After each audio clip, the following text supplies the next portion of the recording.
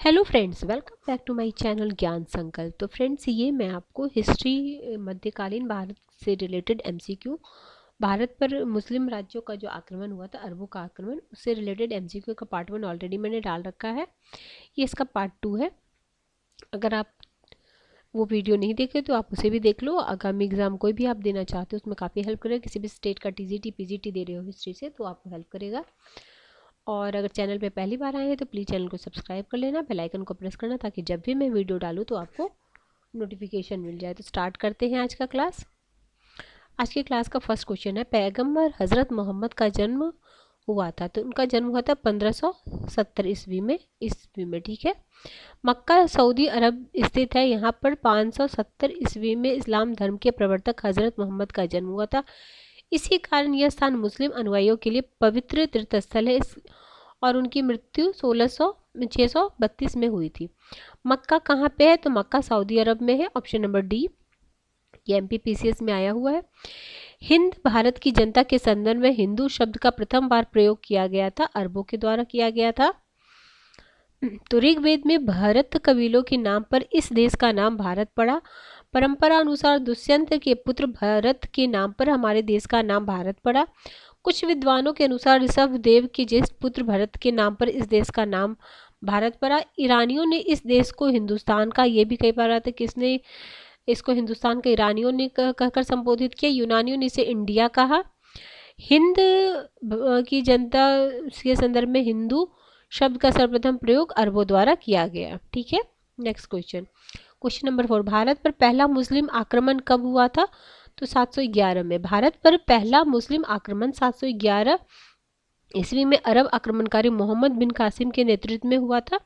मोहम्मद बिन कासिम 711 ईस्वी में ही उबैदुल्लाह के नेतृत्व में एक अभियान दल भेजा गया, परंतु वह पराजित हुआ और मारा गया। इराक के हकीम अल हजाज ने मोहम्मद बिन कासिम के नेतृत्व में अरबों को सिंध पर आक्रमण करने के लिए भेजा। भारी संघर्ष के बाद अरबों ने 712 ईस्वी में सिंध पर विजय प्राप्त कर ली। उस समय सिंध पर चच के पुत्र दाहिर का शासन था। फारसी ग्रंथ चचनामा में अरबों द्वारा सिंध पे विजय की जानकारी मिलती है। भारत पर प्रथम मुस्लिम आक्रमण के वर्ष के बारे में मतभेद है। बीडी महाजन के अनुसार 711 तिथि है, जबकि हरिश्चंद्र वर्मा के अनुसार 712 है। विकल्प में 711 था, इसलिए इसका आंसर 711 या 712 रहेगा, तो आप 712 लगाएंगे। ठीक है। अगला, मोहम्मद बिन कासिम द्वारा सिंध की विजय कब किया गया था? तो 712, देखो यहाँ पे दिया 712 ऑप्शन है, तो 712 करेंगे। अगला है, भारत में प्रथम मुस्लिम आक्रमणकारी कौन था? तो मोहम्मद बिन कासिम था। Option number C, UP lower PCS में आया हुआ है। भारत पर सर्वप्रथम मुस्लिम आक्रमण तो अरबों का था। अगला क्वेश्चन है क्वेश्चन नंबर आपका 8, मोहम्मद बिन कासिम था तो क्या था? अरबी था। इनमें कौन गजनी राजवंश का संस्थापक था? तो अल्पतगीन जो था, अल्पतगीन था वो गजनी वंश का संस्थापक अल्पतगीन था। गजनी वंश का अन्य नाम यामिनी वंश भी था। अल्पतगनी ने गजनी को अपनी राजधानी बनाया। इस समय उत्तर पश्चिम भारत में हिंदू शाही राजवंश का राज्य था, जिसका विस्तार हिंदू कुश पर्वत माला तक था।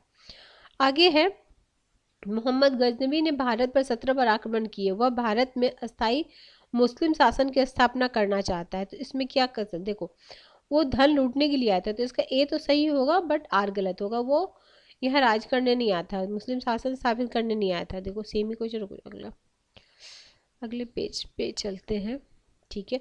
निम्नलिखित में से कौन चंदेल शासक महमूद गजनवी से पराजित नहीं हुआ? तो ये है विद्याधर। ऑप्शन बी, महमूद गजनवी का चंदेल पर आक्रमण 1019 में हुआ। तो उस समय चंदेल का शासक विद्याधर था, जो अपने वंश का सर्वाधिक शक्तिशाली शासक था।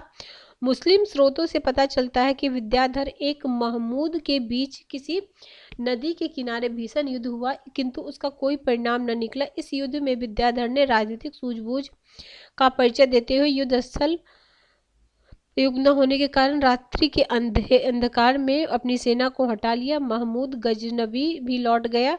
इस प्रकार विद्याधर अकेला ऐसा हिंदू शासक था जिसने मुसलमानों को सफलतापूर्वक प्रतिरोध किया। मुसलमान लेखकों ने उसे तत्कालीन भारत का सर्वाधिक शक्तिशाली शासक बताया। विद्याधर ने कुछ हिंदू राजाओं का एक मित्र संघ बनाया जिसका मुख्य उद्देश्य कन्नौज के शासक राज्यपाल को सजा देना था। उनके दृष्टि से राज्यपाल ने मथुरा और वृंदावन जैसे तीर्थ स्थलों को लूटने वाले महमूद से बिना युद्ध किए भाग कर एक बड़ा अपराध किया। इन राजाओं ने राज्यपाल पर आक्रमण कर उसे मार दिया। अगला, मोहम्मद गजनबी का दरबारी इतिहासकार कौन था? उत्बी था उसका दरबारी। देखो को क्या क्या लिखे थे। देखो, मोहम्मद गजनबी शिक्षित और सुसंस्कृत, वो विद्वानों और कलाकारों का सम्मान करता था। अपने समय के महान विद्वानों में गजनी एकत्र था। उसके दरबार में उत्बी थे जिसने कौन कौन सी किताब लिखी? किताब उल यामिनी और किताब तारीख है यामिनी नामक ग्रंथ लिखा। शाहनामा के लेखक फरिश्ता किसके दरबार में से संबंधित है? इसका कोई आंसर नहीं। इसका देखो एक्सप्लेन में क्या दिया गया है।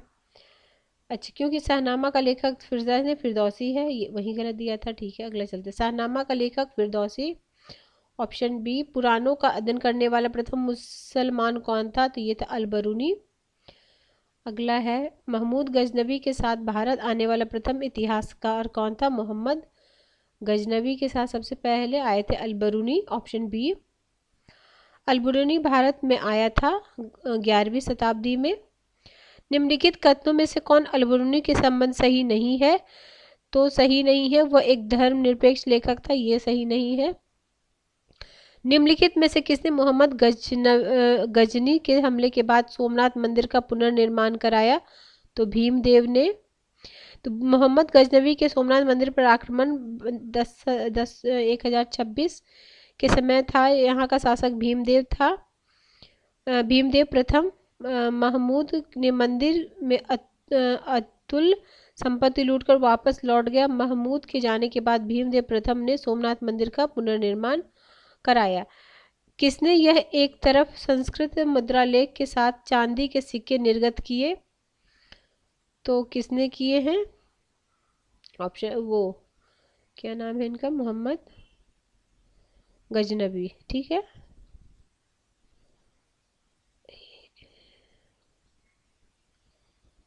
देखो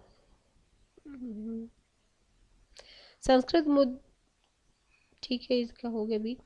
निम्नलिखित में से मध्य एशिया के किस शासक ने 1192 में भारत जीता था? तो ये थे मोहम्मद गोरी, सिहाबुद्दीन मोहम्मद गोरी। तराइन का युद्ध हुआ था ना।